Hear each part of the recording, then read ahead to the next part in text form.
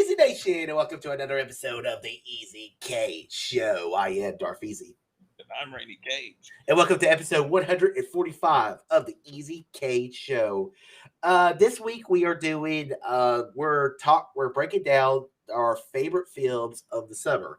It wasn't as long as a summer as we're used to, uh, like as many movies as possible, but there's still a bunch of movies that were able to qualify for this list. So I think it's reasonable enough to be able to do a top 10 summer movies. I mean, I kind of want to go see Candyman, but I've seen some pretty good reviews on that movie. And I was wanting to go see that Night House movie as well, but I didn't get a chance to see those two. So those two movies will not make the list. They might have made the list if I had seen them, but I think I'm just going to do a triple feature next week with those two plus Shang-Chi and the Legend of the Ten Rings. So I think that's my plans for now. Randy Cage, was this a hard list to compile? No, I mean same as you. Normally there's a lot more movies, summer movies to pick from, Mm-hmm. but like you said, it's better than last year. But we had movies to pick from, um, and yeah, I wanted to see Night House too, but I think we're doing the same thing as you. Gonna wait till next weekend to go see it. So, but no, it was pretty easy list. I mean, there was surprisingly a good amount of good movies this summer. Yeah, It wasn't a horrible summer. Just less movies than normal. right, So that's right. yeah. All right, so once me and Ray Cage set topic, we'll go separate ways and compile our own separate top tens. He'll do a 10 to rate, I'll do my 10 to rate, he'll do a 7 to 6, I'll do my 7 to 6. Then we'll trade one piece. Once we compile our own separate top tens, we will create the show between the two of us. And I did my first. I started first last time, so it's y'all move. My move. All right. My number 10, I went with Till Death. This is the Megan Fox film. I think I talked about it a little bit on a previous episode. You did. Um, Maybe not, You but did. it's a contained movie. Megan Fox, she's in kind of this loveless marriage that she kind of wants out of, and then her husband uh, kills himself and handcuffs himself to her, and hires some people to come kill her. And it's basically her just trying to survive the day. And they're out remote on this like cabin on the lake. And it is surprisingly really good. Like it's very tense movie, so you're on the edge of your seat. Megan Fox is really good in this role because it's not one of them. She doesn't have to really push herself or anything crazy. But I've always liked Megan Fox. Now is she like the greatest actress in the world? You No, like the way she looks. she's smoking She's hot. got great skin. But I think this is probably the best she's ever been in this movie, and I had a really fun time, and I will probably end up getting this on Blu-ray when it comes out. So Yeah, I hadn't seen this movie, so I was going to watch it, but I completely forgot about this movie. Actually, it's a good time. all right. My number 9.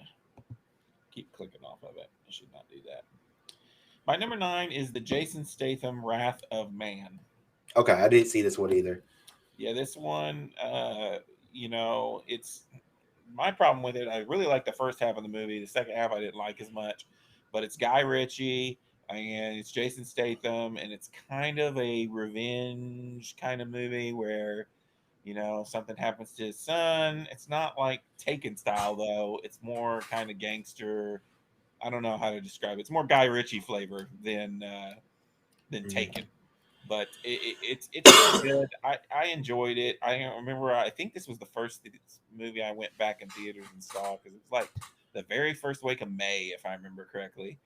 And I went and saw it in RPX, and I was just really excited to be back in the theaters, and the sound and everything was really cool, and there was all these cool action scenes, and I like Jason Statham. I thought it was a good time, and this would probably be another one that I'd probably end up getting on Blu-ray eventually, because I wouldn't mind seeing it again.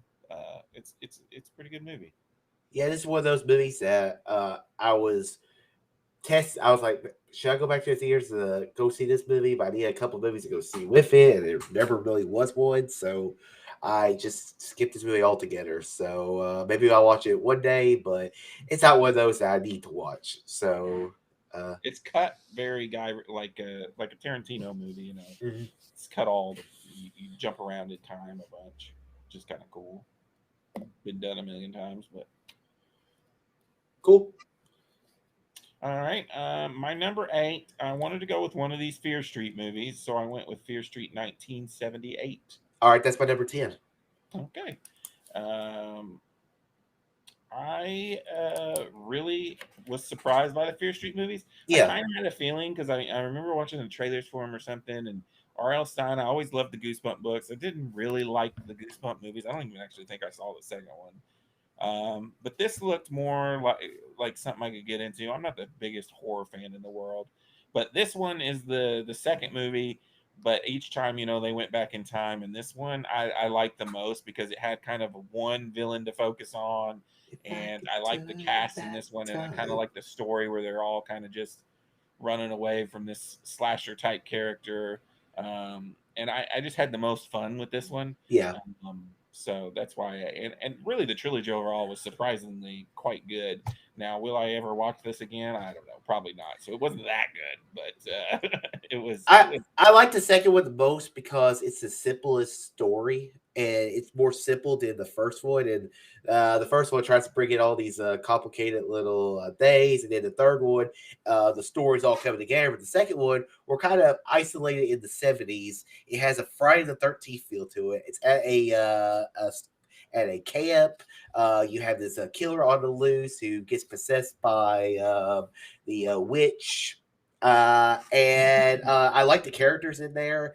And I thought this was a very fun movie as well. I mean, Yeah. it has, and like I said, none of these Fear Streets I ever found really scary. Like I remember the first one, the first scare Fear Street, and I was like, because usually when you watch these slasher horror movies, you're just like, oh my god, how they die that way. Like whenever the one killer pushes the one guy through the meat grinder, and Yeah. his that was like, I was like, oh god. That's about the only death I was really like surprised about. That kind of was like, ooh, but the rest of them. But like I said, I thought this one was fun. It had a little good sister story in there as well. So overall, I really enjoyed Fear Street Part 2, 1978 as well. I really like the Sadie girl and her kind of love interest in this movie too. Yeah. But then in the third one, I feel like they really ruined the the cops character by making him evil. I didn't like the turn. Well, I actually like that twist because the good is evil. I mean, I kind of like that. So the one that it's been like the whole family that's been using this their name and basically using this part of the town to make one side of the family look really good and for their political game. I actually kind of enjoyed that. I like it better than just being some supernatural demon that was trying to do revenge. And so I actually really enjoyed. I enjoyed all three of these movies. I like you. I don't think I'll ever rewatch them again, and or buy the movies because they're on Netflix. So why would I ever want to buy these movies? But overall, I did enjoy the second one. I gave all three movies the same score, but I like the second one probably the best. All right. Well, that was my 10 through 8. All right, so like I said, my number 10 was Fear Street. So my number 9, I went with a. I'm kind of surprised that this movie was as good as it was, and I went with Cruella. That is a punt. Okay. My number 8 is another movie which I was like, okay, this could have. I was like, it has a little Oscar bait a little bit, but I was like, it wouldn't be Oscar bait if it was coming out in July. So I went with Stillwater. That is my number 7. All right, cool. Cool, cool, cool, cool, cool, cool, cool, cool. No doubt, no doubt, no doubt. I really love Stillwater. I thought it was great. I thought Matt Damon was really great. I like how it's about a father who's trying to reconnect with his daughter who's in prison in France. He has to connect with his family, and at the end of the movie, you're just like, damn, you just feel so bad for that family, and you get what you get why Matt Damon did it, but still you're just like, damn, like and that connection he has with that little girl, and then you find out the ending and it's like, okay, well maybe Abigail Breslin's character should have stayed in prison.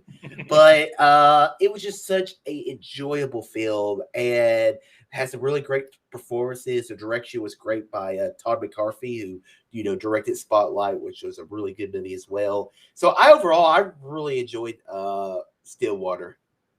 Yeah, I liked it too. Like I don't remember who I was talking to the other day, and I was telling them about this movie, and they were like, "Well, I just don't see Matt Damon as a country guy." It's like I did just don't the accent. Oh I just yeah, don't like it. And I was like, "Well, I mean, you got to give him a chance because to me, I think he was great in the movie. he I think was. it was definitely Easy Cage award worthy performance, and I don't know, I just enjoyed it, and yeah, it's got a lot of heart. Abigail Breslin's good as his daughter. The French lady or whatever was real good, and yeah, Mhm. I like their chemistry as like he goes and lives over here and kind of has this bond with this little girl and this other family, and it had some funny moments, had some heart, had it the ending. I like the ending, even though it's not your traditional ending that you would get to one of these movies. It was a real world ending, though. That's what makes the movie good. It's like it didn't have that movie ending where he gets the family and he gets his daughter. In the real world, only you would have got one of those two. And so I really appreciate the balls of the storytelling by McCarthy. So that's what makes this movie for me is what's gonna make this movie stick out for me. Yeah, good stuff. All right, that was my 10 to rate. All right, and Stillwater was my number 7, and Cruella is my number 6. Okay, so not much of a putt. So Yeah, okay, just a little. yeah, Yeah, Cruella kind of blew me away because the Disney live action movies, they're so hit and miss with me. Yeah, I haven't really liked one since Aladdin, and but this one was quite good. Especially this is kind of a retelling of the villain, and they didn't really change it that much. Like, yes, you feel no, for Cruella, but you it's get her why origins. It's her origin story. yeah, you get why she is the way she is. They didn't like try and make her into a hero or anything like that. No, no. And it was just really good. Emma Stone's fantastic. I really like Emma Stone, and Yeah. she's really good in this movie. But I liked her little henchman, and I liked everybody in it, and I really liked what's her name, who's the kind of the villain in the movie, and kind of her like protege or her mentor, Emma Thompson, because I like their whole battling and everything. I don't know. I can't wait to. I've already got this in my Amazon cart, ready for September. I'll be buying this for sure and rewatching it. So I enjoyed it that much. Yeah, I like Cruella. It was such a fun movie. Emma Stone was great, had great performances. I love her sidekick, Stephen Fry, and Paul Walker Hauser. I believe that's who he is. Oh yeah, Emma he's sweet. Emma Thompson plays a very good villain, and I like it has that like punk rock kind of feel to it. I love how it's set in the 70s, I believe the 70s, where she's a fashion artist, and I love how it kind of like I remember the beginning whenever her mom gets killed or her mom gets killed Yeah. by Dalmatians, and I'm like, I get it. So that makes. I'm like, I was like, that makes sense. I'm like, she hates Dalmatians, and I'm like, it's like I think they would make a great fur coat. I said, I'm just kidding. No, you're not, bitch. No, you're not. So yeah, Cruella was such a good movie. I really enjoyed it, and I would definitely watch it again. All right, my number 7 is a documentary which I loved, and that is Val. Oh, I didn't even know you watched this one. Yeah, I watched this one. So yeah, I mean, this movie was great. I mean, it was edited so great. I mean, because they took the archive of Val Kilmer's films that he'd been recorded ever since he was a kid, whenever he was a brother, when him and his brothers did acted stuff, and then it goes throughout his entire career. Whenever he was when he was started plays with like Kevin Bacon and Sean Penn, and then it goes throughout like some of the behind the scenes stuff like a Top Gun, which that was some really cool stuff. And then like it goes into the Batman stuff, which was very interesting, where he's like, yeah, Batman. Every kid wants to be Batman, but not everybody wants to be Batman. No, but then it goes through the stuff about his throat cancer and and how he like he talks through like a little tube and a little button. And you're just like, damn, that just it was sad to watch at times, just watching because I love Val Kilmer. I mean, from Top Gun to Heat, and his son narrates the movie. And it's just a very interesting story, and it's just such a good little documentary. And I love just seeing all the film reels of all the Val Kilmer movies. And I like how it uses it uses like it from like film to digital. So I thought it was very, very interesting a documentary. I think you should check it out. I like a good documentary every once in a while. Doesn't sound too bad. Sounds kind of All good. right. All right, my number six is my favorite animated movie of the year so far. Is Vivo. It's another punt. All right, Figured we'd be punting a lot in this. all right. That's my number Uh, six. my number five, which may be a punt, is In the Heights. Yo, yeah, that's a punt.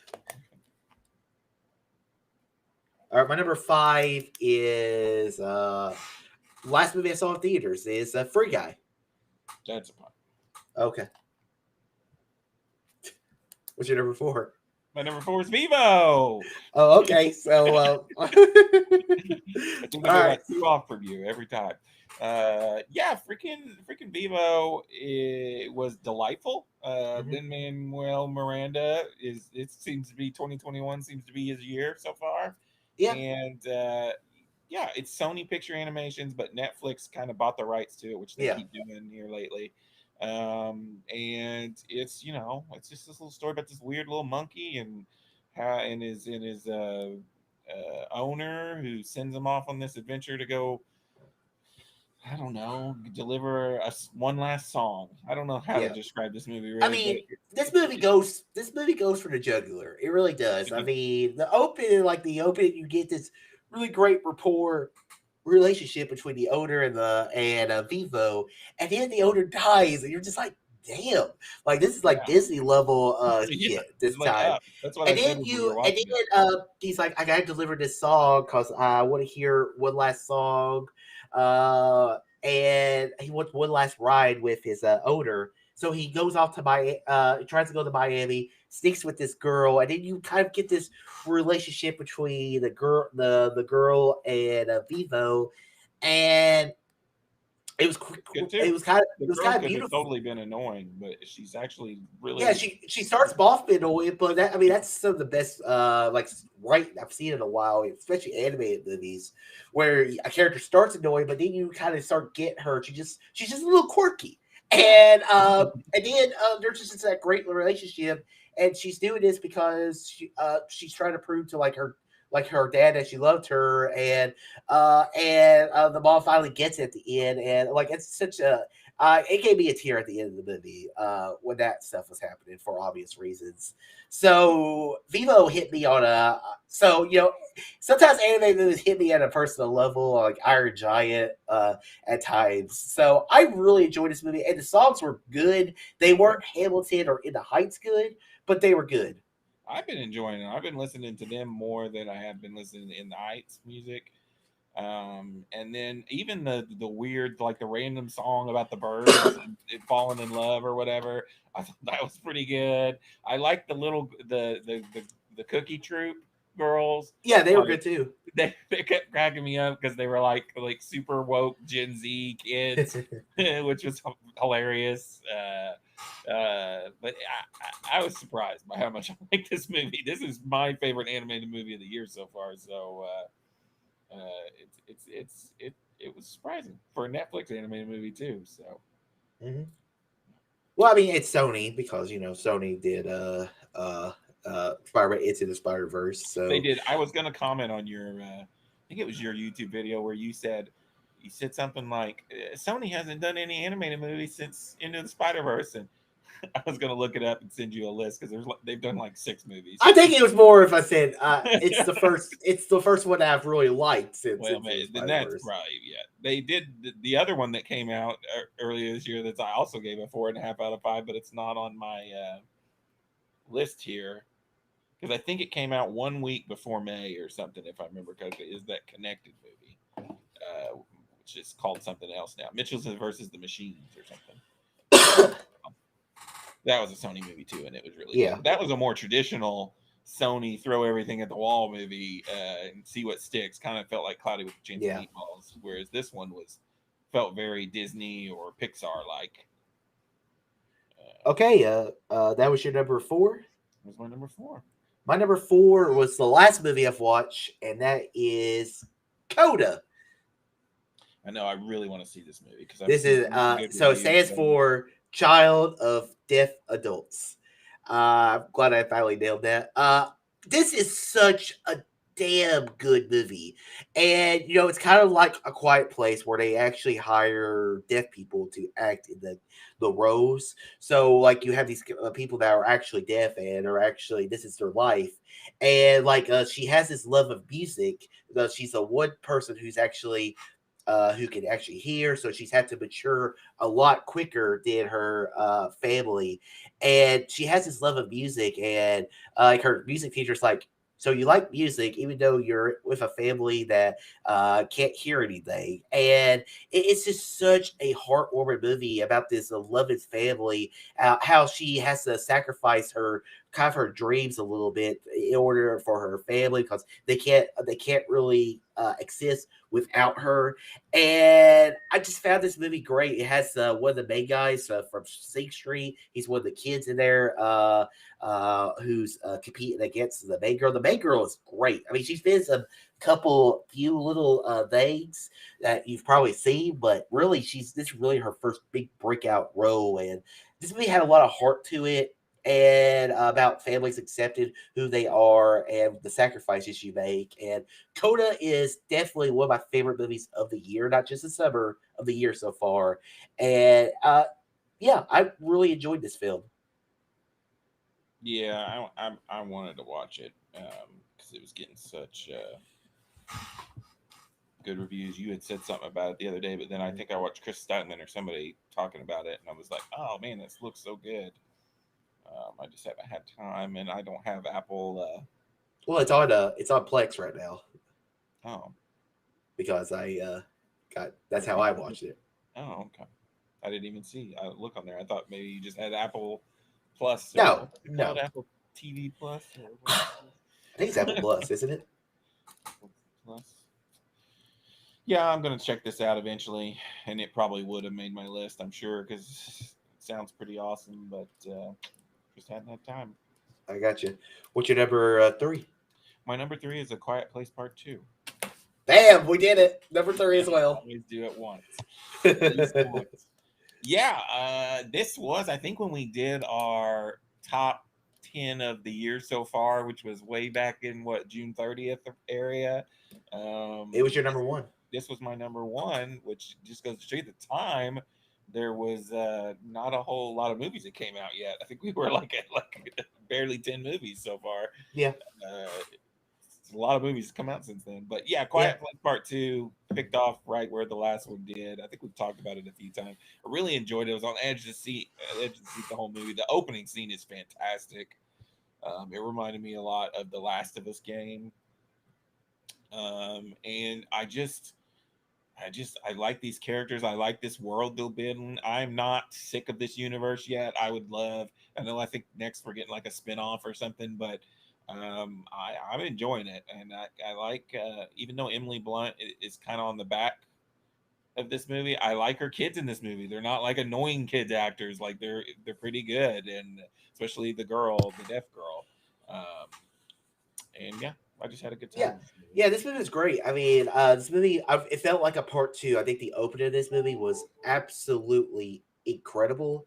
And I also really I like Cillian Murphy in this movie. The introduction of his character, and I like the stuff on that little island with Demian Hujan. I believe that I did not say that right, but it's fine. This movie's great though. I mean, it has great performances, and yeah, this movie's great. I mean, it's just Emily Blunt's great, but she plays a very small role because it's really her daughter's movie. And because if I was going to nominate Emily Blunt, like if it was like Oscar or something, I give her the supporting actress because I don't think this is her movie. I think it's her. I think it's the daughter's movie more than her. And like I said, I really enjoyed this film. I like the action. I like seeing the ending, and it does feel like you can watch both Quiet Places back to back, and it can feel like one entire movie because it does feel like a part two of a part one movie. So I really enjoyed it. Really, I'm looking forward to if they do a Quiet Place Part Three. Maybe I'm curious to see where it goes next. Yeah, me too. I mean, at the end of this movie, I was like, oh, it's always a good feeling if the movie ends, you're like, oh, I want more. Yeah. That's a good feeling to have at the end of a movie. So, um, yeah, I want to see more. All right. John What's your number? Krasinski, the guy from The Office, directing Yeah. horror movies. Yeah. Great. Crazy world we live in. Yeah. What's your number two? My number two is The Suicide Squad. Okay. Yeah, that's my number two as well.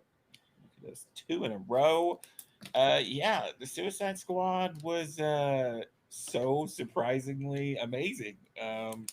I freaking loved it. It's Mhm. balls to the walls insane, but it's just a ton of fun, and all the characters are just so crazy and fun. It's a couple scenes that stick out to me so much from this movie is when the scene where they are first getting on the island or on this island, Yeah, and and it's they wipe. Normandy. Everybody gets murdered. Merle kind of just goes crazy. Oh! Yeah, and then the scene where they wipe out all the The the freedom villagers, figers. Yeah, and then the one goes on, it's like, why did my man alert me where you are? yeah, What man? it's funny.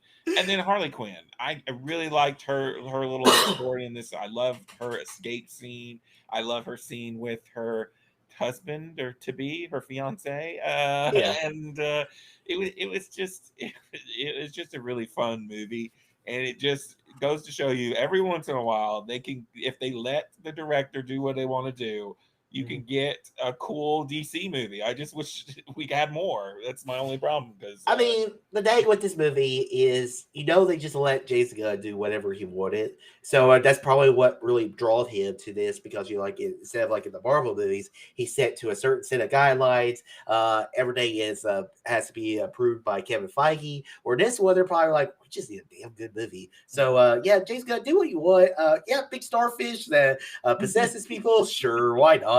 And I like how whenever the big starfish comes up, and then like the one guy on the monitor is like, "We got a kaiju, we got a kaiju," and they're all like, "Task Force S, please respond. Can you respond?" He's like, "Yeah."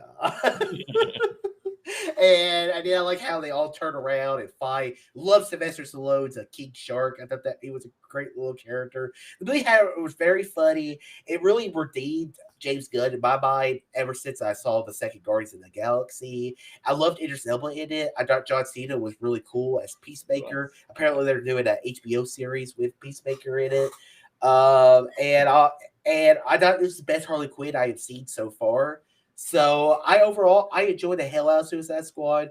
I'm curious to see what they do next with this property. Who knows what they'll do because this movie bombed, but I don't blame the movie. I blame HBO Max. Yeah, me too. COVID, HBO Max. I mean, it's R rated. It just, I don't know. Hopefully, we'll get some more stuff from this. Which, like you said, the HBO show. I heard about that the other day too, and I definitely watched that because yeah, Peacemaker was a cool character too. And, Yeah. All right. What's your number one? my number one is Free Guy from Okay. Ryan. All right. That's my number Um, five. yeah, I a lot of these movies I was blown away by.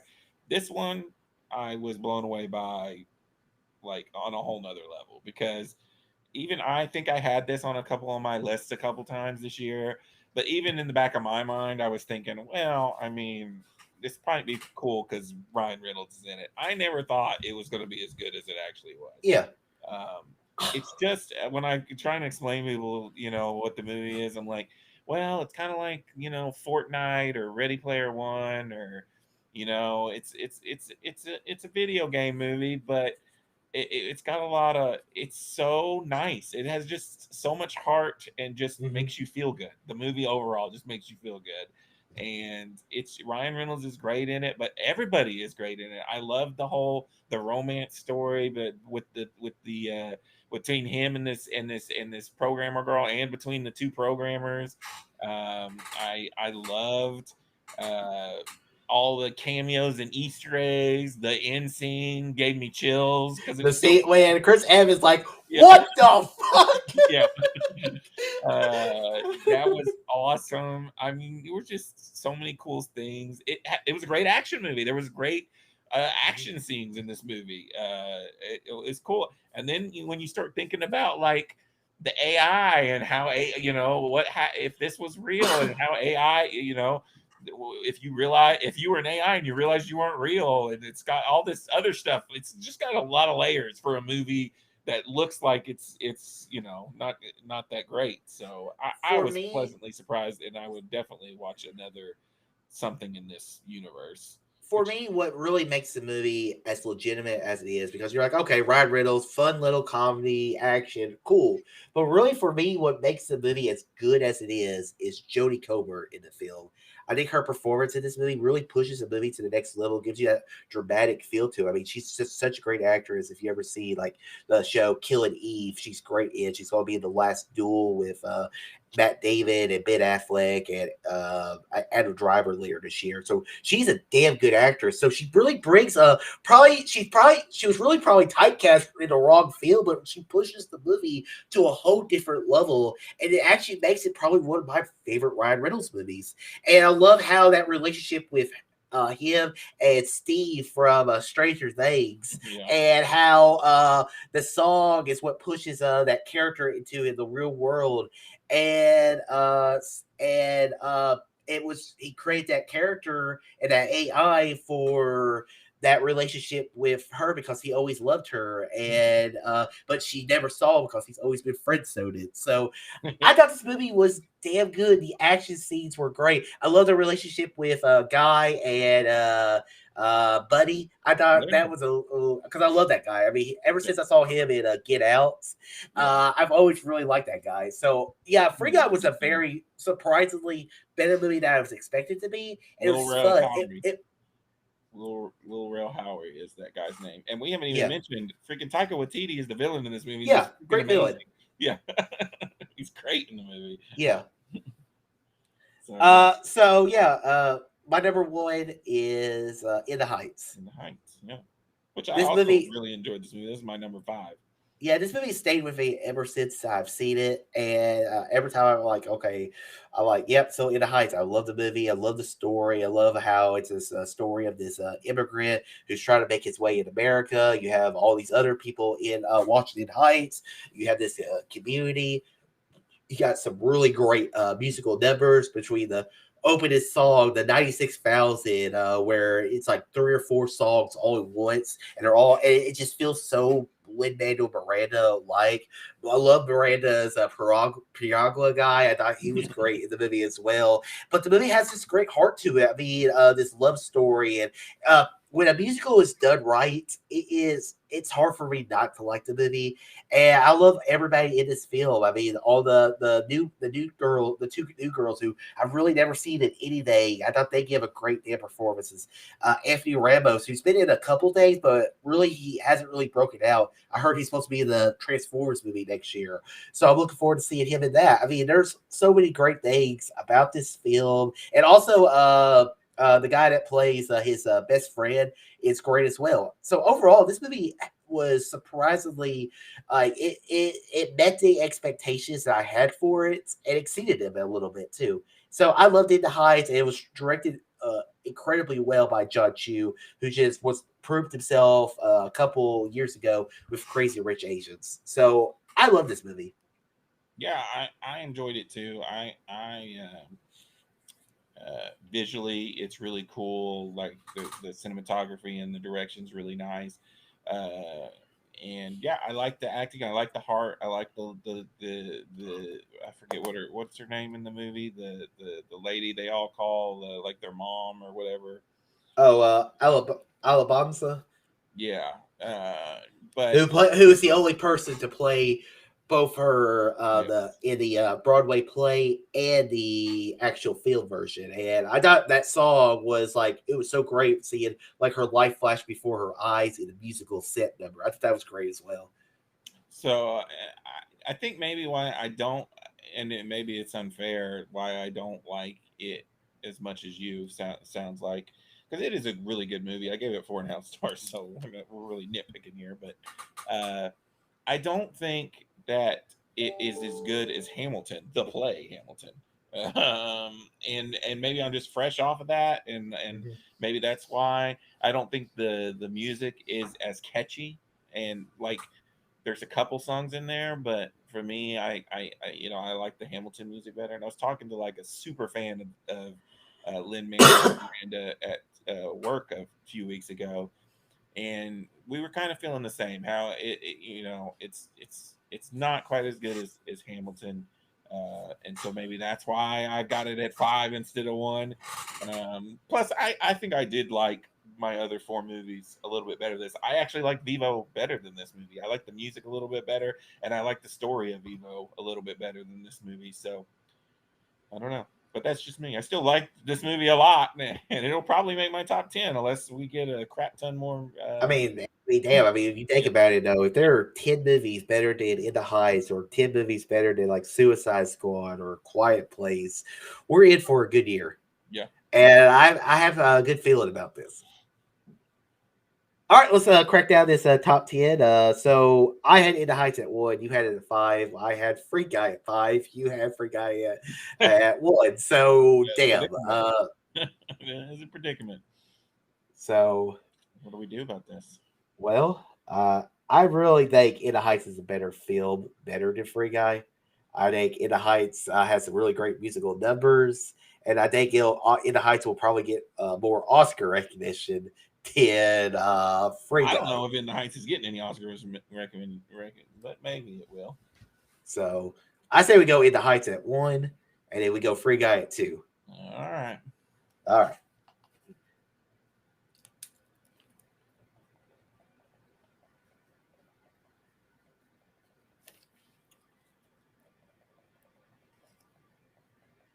All right. So we both had Suicide Squad at 2, so I'll put that down at 3. Okay. Then we both had Quiet Place at 3, and so I'll put that at 4. Okay.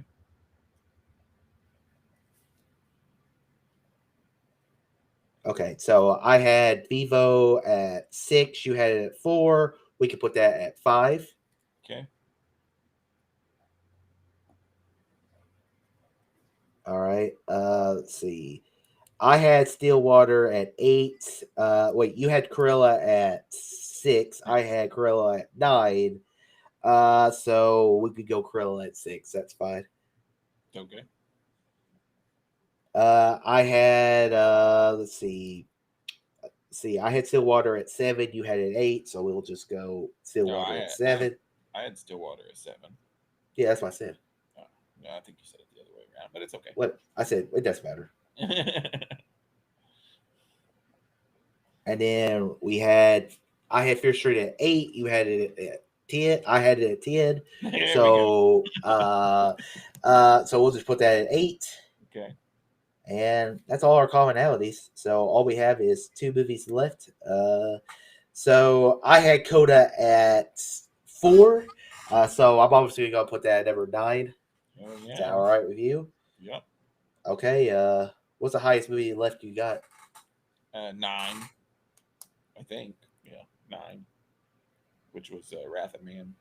Okay, I had Val at 7, but I'll give you Wrath of Man. That way we're completely even. Okay.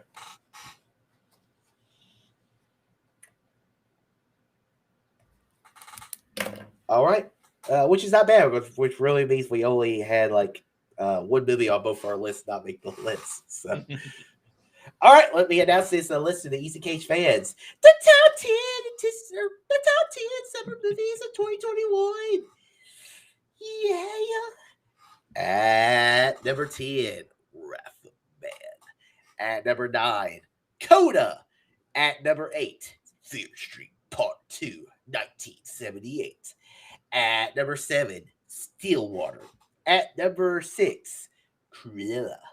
At number 5, Vivo. At number 4, A Quiet Place, Part 2. At number 3, Suicide Squad. At number 2, Free Guy. And the number 1 summer movie of 2021 is In the Heights. All right, honorable mentions. I have a couple, but for me, I had a real big drop off from like 10 to 11. Like, Yeah. as soon as I got past 10, it was like kind of bottom of the barrel movies. But I will say I did enjoy Jungle Cruise a lot. Yeah, that was one of my honorable mentions as well. That The Rock in there and Emily Blunt. It surprisingly didn't suck because I thought it was going to. It was fun. It was a fun movie. It's kind of like the light version of the first Pirates of the Caribbean. It's kind of what it felt like. Yeah, Pirates meets Indiana Jones a little bit. Yeah. And then the other one I was going to go with another Disney movie was Luca. I enjoyed it. It wasn't like the greatest thing ever, but I had a good time watching it. It was beautiful to watch, animated wise, and it was a sweet little story. That's it. That's literally my only 2 honorable mentions. I had Jungle Cruise, Fear Street Part 3, 1666, because I love the stuff at basically like Salem Witch Trials stuff. I thought that was cool. And I threw in Black Widow because I enjoy the action. I just didn't like the BJ. It's basically a B movie for James Bond. And so I'm glad I watched that movie at home instead of watching it in theaters because I would have been kind of pissed. Yeah, it was fine. It was Iron Man 2. It was Iron Man 2 good. It was like a lower tier Marvel movie, but even the lower tier Marvel movies are still pretty dang good. Yeah, they're enjoyable enough, I guess. And one more I'll throw in there is Mitch's the Machine. I just checked it again. It came out April 29th. So yeah, it's not a summer movie though. Technically a summer movie, but summer doesn't begin until May 1st. So does not make the list. But had it waited one more day or 2 more days, then it would have been in there. But yeah, it was surprisingly a good summer movies. All right. I mean, next week we start fall with Shang-Chi, The Legend of the Ten Rings. If you got ready, Easy Cage fans, if y'all want to check out our movies that we're looking forward to, check out last week's episode 144, where we talked about our 10 anticipated films. And now we actually have a Spider-Man trailer. So will that movie have made my list? I guess we'll never know. But yeah, I'm looking forward to a bunch of movies coming out this fall. We have a whole few more months left of the Easy K show for this season. So, guys, make sure you check us out. Next week, we'll be back talking about our movie, September movies. And yeah, it'll be a fun ride. So, guys, if you want to check out Randy Cage, read his blog posts, his letterbox, to read his movie reviews. Also, check out my YouTube channel, Darth Easy. I've been hosting some movie reviews, some TV reviews. The last few weeks, I just had a review of Bad Batch come out. I just reviewed the movie Coda, which I just talked about. So check that out now. And so, guys, and always check us out here on the Easy Cage show on the Darth Easy YouTube channel every Thursday or Friday. Depends on when we release this. So, yeah. Any last thoughts, Brady? No. All right. Guys, until next week, all too easy. Peace out.